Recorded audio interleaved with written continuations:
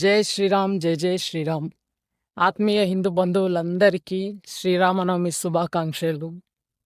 జై శ్రీరామ్. ఇక నవమి రోజు తొందరగా లేచి శ్రీరాముని గుడికి అయితే వెళ్ళిపోయినాం. రాముని దగ్గరికి పోవాలంటే ముందు బాస్ పర్మిషన్ తీసుకోవాలి కాబట్టి బాస్ దగ్గరికి వెళ్ళి దర్శనం చేసుకొని రాముడి దర్శనానికి వెళ్ళిపోయాం.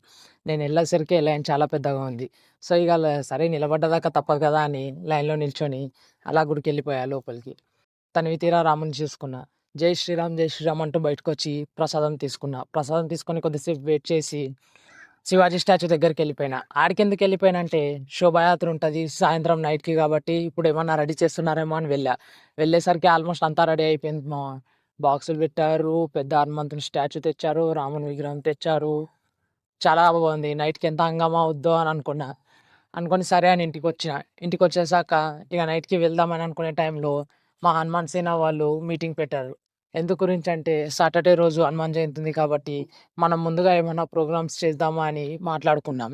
అవి ఏం ప్రోగ్రామ్స్ చేశా అన్నది ఆ రోజు వ్లాగ్లో చెప్తా. ఇక అది కొద్దిసేపు మాట్లాడాక ర్యాలీకి అయితే బయలుదేరిపోయా. ర్యాలీకి చీఫ్ గెస్ట్గా మన మంచి మనోజ్ అన్నగారు వచ్చారు. అన్నగారు చాలా మంచి స్పీచ్ ఇచ్చి కొద్దిసేపు మాట్లాడి వెళ్ళిపోయారు. ఆ తర్వాత మేము అందులో చేరిపోయాం. ఏం పబ్లిక్ ఉన్నారు మామ. ఈ పబ్లిక్లో మా ఫ్రెండ్ గాడు ఒకడు మిస్ అయ్యాడు. వాడి పేరు శ్రీరామ్. నేను శ్రీరామ్ అని గట్టిగా అరిస్తే అందరూ జై శ్రీరామ్ అని అరవడం స్టార్ట్ చేశారు. అట్లా చాలాసేపు ర్యాలీ ఎంజాయ్ చేయి.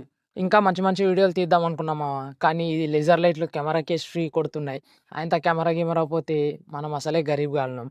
మనం మళ్ళీ వేయించుకోలేం కదా అని భయమేసి సైలెంట్గా లోపల పెట్టేసుకున్నాం. అబ్బా సాయిరామ్.